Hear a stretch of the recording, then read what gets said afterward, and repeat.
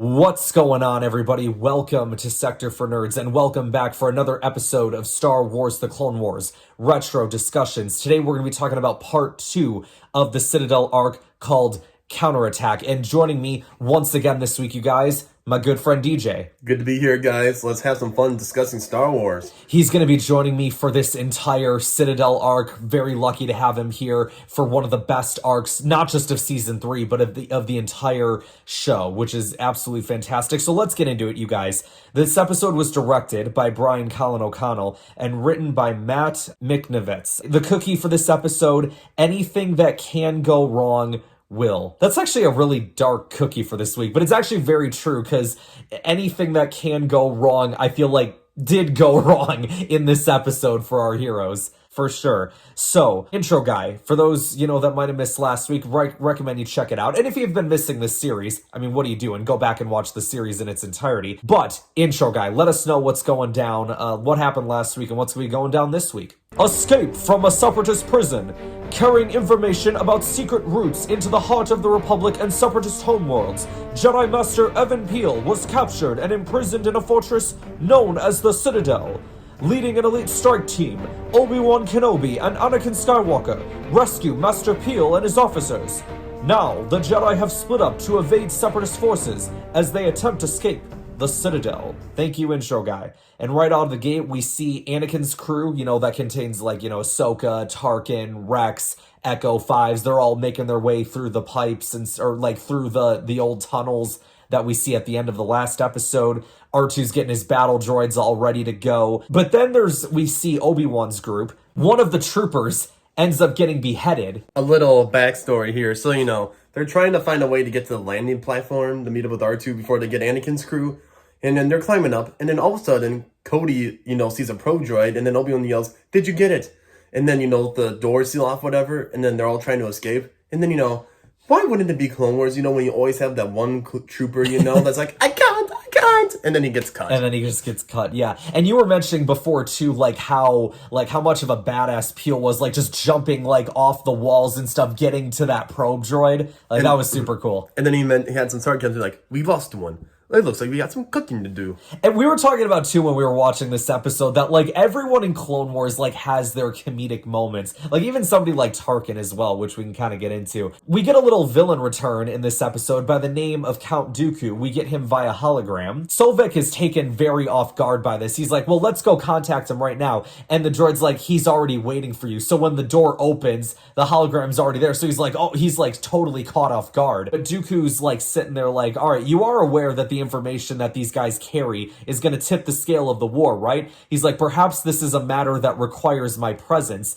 And I'm like, no, Dooku, don't come. No, don't come. As awesome as we would like, this battle to become more good. I mean, that would have been cool. Don't get me wrong. It would have been a cool fight scene with all the Jedi and Dooku. Yeah. But we don't need Dooku at this moment. No, that would have not boded well for us, for sure. That would have been really, really bad. He gets mad at his droid afterward, and he's like, don't ever surprise me with a transmission from Count Dooku ever again. Throughout this entire episode, Captain Tarkin's his saltiness levels are very, very high. This man cannot, give anybody any, true compliments. He's always just, super picky and just mean about everything.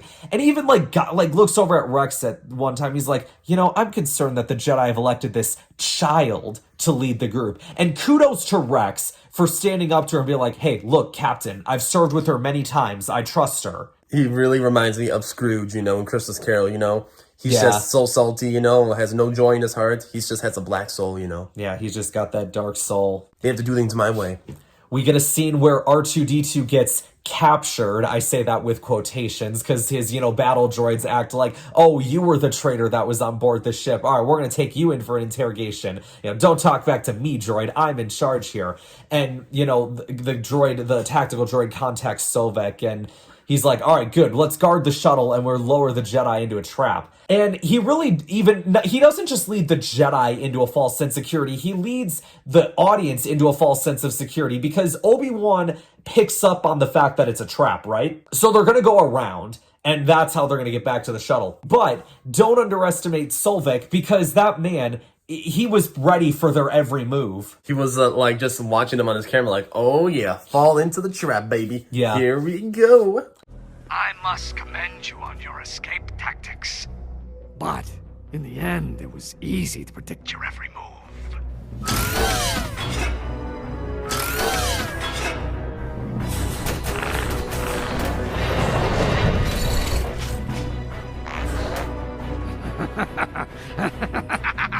They could have taken those speeder bikes, before the turrets came out and be like, okay, let's just get out of here now. Yeah, if they would have gotten a couple people on the speeders, maybe before the turrets showed up, they could have maybe attempted to get rid of them. But yeah, that didn't bode well for them. The Jedi that are in the tunnel reach a dead end, and Ahsoka's kind of confused about what to do next. Droids find their position. Anakin comes around and, gives them some support. And Anakin's like, well, wait a second, what happened? Why didn't you guys build the wall? Like, that part of the plan was your job.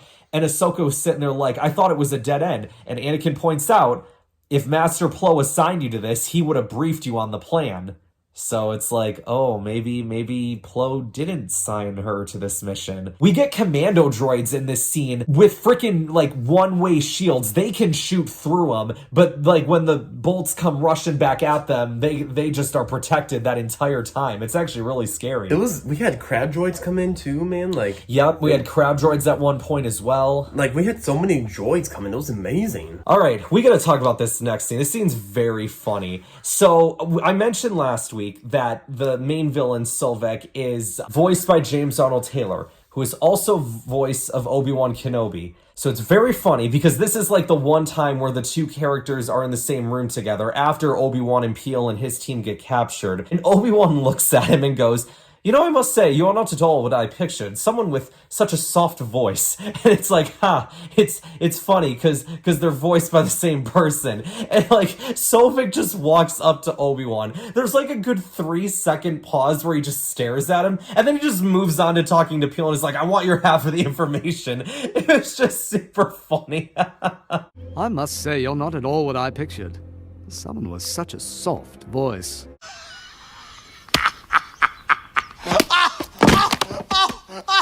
And then it gets dark because he's like, give me the information now and I'll start executing your men. And Peel's like, well, this is war, dude. People are going to be prepared to die to protect the intel. And he's like, oh, really? And he just shoots the guy in the head. I'm like, oh my God, this scared me as a child. I was like, oh my God. That's bold. He points at another one. I'm like, no, stop killing people. It's thank goodness the tactical droid said something because it's we were about to start massacring all these guys just right there. This is war, Sobek. We're all prepared to die to protect that intel. Really?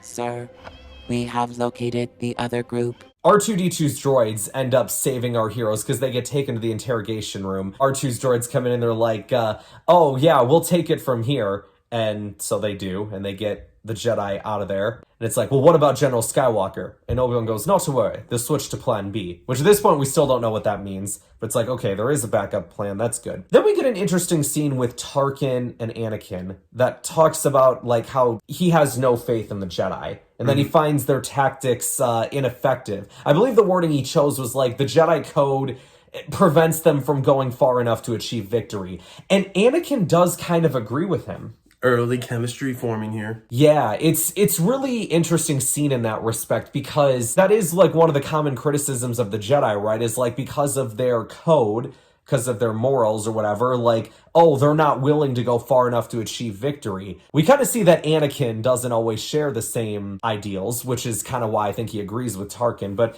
definitely just a little interesting thing to tackle into there with those two. Oh yeah, before they go into the pipes, Anakin's like, make sure you guys check your blasters, the smallest pulse could ignite this whole tube. And Tarkin just goes, I hope somebody tells the droids that.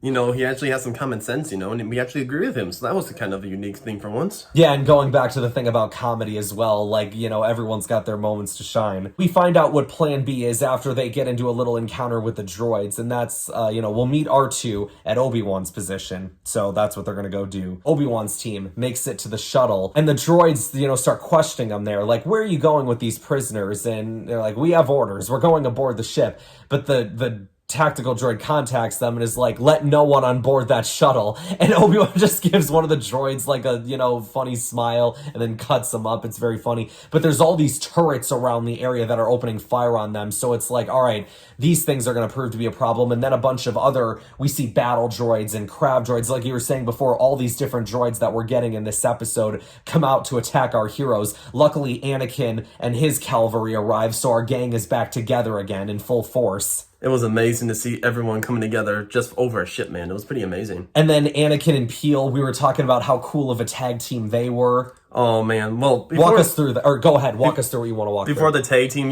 they see all the droids coming in, all the Jedi, are posing with their lightsabers. Yeah. Oh, that was so cool to see. And, Evan Peel jumping off Anakin, Yes. So many good highlights. And then, Anakin and Peel tag team together. But then, when they see one of the droids get under the turrets, like, let's get the turret. They get shot down, and then we're both thinking, yep, this is not going to end well. Yeah, I remember, even as a child watching this episode for the first time, that the moment that staff got shot down, I'm like, oh no, we don't have any artillery anymore to take care of these cannons. Like, the shuttle's going. But then our boy Echo, in an effort to try and stop them from shooting at the cannons. Now, originally I always thought, Echo, what are you doing going towards the shuttle? You're an idiot. But I didn't think about it as oh, the droids were targeting the shuttle. He was just running over there to try and stop them before they shot it completely. And my boy there, man, Echo, just with that moment of self-sacrifice, trying to do what he's got to do.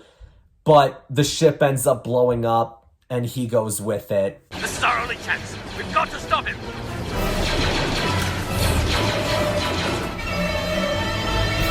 Echo, look out!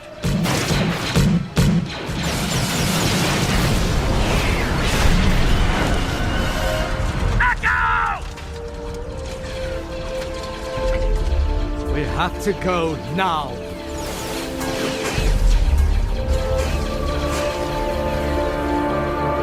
Even as a child, hit me hard.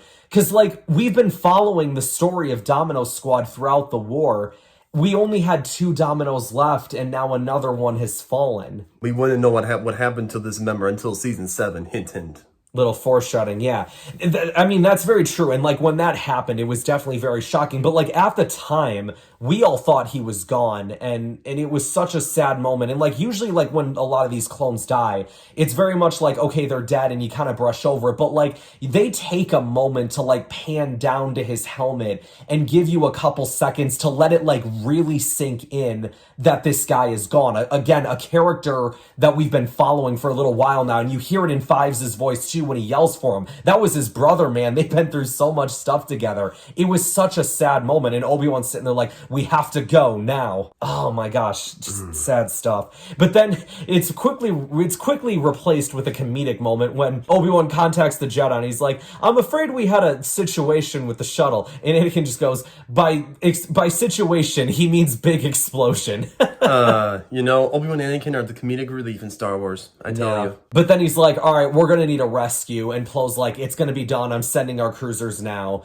And Yoda kind of looked troubled by this. He didn't want this to escalate that quickly. But here we are. I think Plo Koon kind of knew, if this goes down the trouble, I have to be ready to go. We got to be ready to go. Yeah, definitely. And then the end of the episode, Five's kind of sitting there protesting, this landscape is almost impossible to cross. How are we going to get to the rendezvous? And maybe a lot of that is self-doubt on this mission now, just because of everything that's just happened with Echo. But Obi-Wan's sitting there this is the whole trap of the Citadel. The whole place was designed that it would be impossible for people to get off this planet, even if they somehow managed to escape the tower. And Anakin just goes, we're lucky we're not just any fugitives. And Peel's like, I hope you're right. What a way to end part 2, and just a crazy turn of events for our heroes. And what to help us expect coming in the finale of this arc. This episode was adequately named too, called Counterattack, because the first episode, right, our heroes are kind of successful in what they're doing, right? They get the prisoners out. But this episode was almost Empire Strikes Back in a way where we're trying to go through with a certain mission, but we end up failing. And because the whole mission was for them to get off the surface, they're not able to do it. So now we got to bring in the big guns. We got to bring in Jedi Master Luke Skywalker in Return of the Jedi to help solve our problems, or in this case, the Jedi Order and the Republic fleet. Go back to the drawing board and adjust your game plan. Absolutely. So, you got any closing thoughts on this episode? It was a good episode, and can't wait for the third episode. That is going to wrap us up for today, you guys. Next week, the two of us are going to be talking about the episode titled Citadel Rescue. Thank you guys so much for watching. Like and subscribe. We'll see you guys next time. DJ, as always, thank you for stopping by. Thank you.